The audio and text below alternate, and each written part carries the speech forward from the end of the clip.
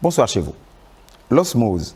Le mot est doux, presque scientifique, mais il dit quelque chose de rare dans la vie publique. Un mouvement naturel, une circulation harmonieuse, un équilibre qui ne se décrète pas, mais qui se constate.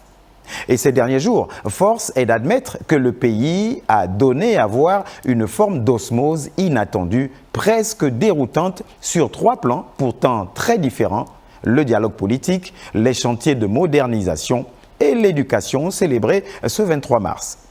Sur le terrain politique, l'image était forte. Les leaders de partis, les figures d'opinion, tous réunis au Palais Rénovation autour du Prince. Une scène qui, au-delà des discours, renvoyait à une tradition bien gabonaise, celle du dialogue comme héritage des pères fondateurs. Chez nous, le dialogue n'est pas un luxe, c'est un pilier, un gage de stabilité, une respiration nationale. On a vu une osmose rare, celle d'acteurs politiques qui, malgré leurs divergences, acceptent de s'asseoir, d'écouter, de parler. Une osmose avec l'autorité, mais surtout une osmose avec l'idée même de république. Dans un monde où le vacarme remplace trop souvent la réflexion, cette image valait plus qu'un long discours.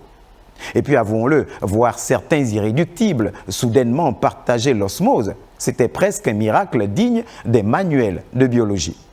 Osmose également autour des chantiers de modernisation, avec cette autre scène tout aussi symbolique: parlementaires, leaders d'opinion, responsables politiques, y compris ceux que l'on disait bio, farouchement critiques, tous montés dans le même bus pour aller constater les chantiers en cours.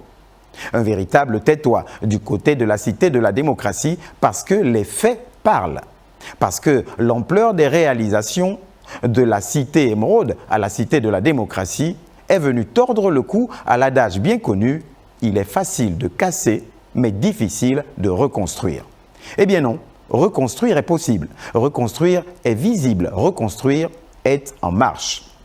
Et devant ces preuves concrètes, l'osmose s'impose. Elle n'est plus un slogan, elle devient une réaction naturelle, celle que suscite le travail quand il se voit, quand il se touche, quand il se mesure. Et pour les sceptiques, il reste toujours la possibilité de prendre un selfie devant les chantiers, preuve par l'image, comme on dit. Enfin, l'osmose autour de l'éducation. Ce 23 mars, la journée de l'enseignant a ajouté une 3e couche à cette dynamique.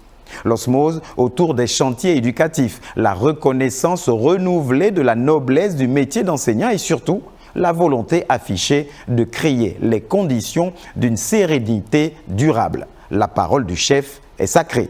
Bourse d'élèves, prime vacation des enseignants, désormais en cours de téléchargement.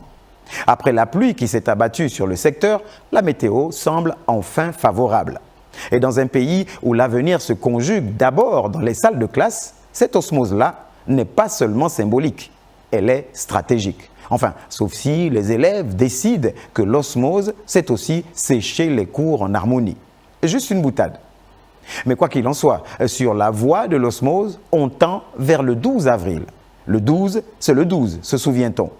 À 3 semaines du 12, qui avait porté l'homme au firmament, cette osmose apparente sur plusieurs fronts, ressemble à un atterrissage maîtrisé, un moment de cohérence nationale, un alignement rare, une respiration collective. Et comme toute osmose, elle prépare quelque chose, une célébration, un premier anniversaire, une escale qui aura forcément la saveur d'un bilan. Un bilan que chacun lira à sa manière, mais que personne ne pourra ignorer. Parce que l'osmose, quand elle se manifeste sur le dialogue, sur les chantiers et sur l'éducation, n'est jamais un hasard. C'est un signe, un signal, une dynamique et peut-être tout simplement un début. Bonsoir chez vous.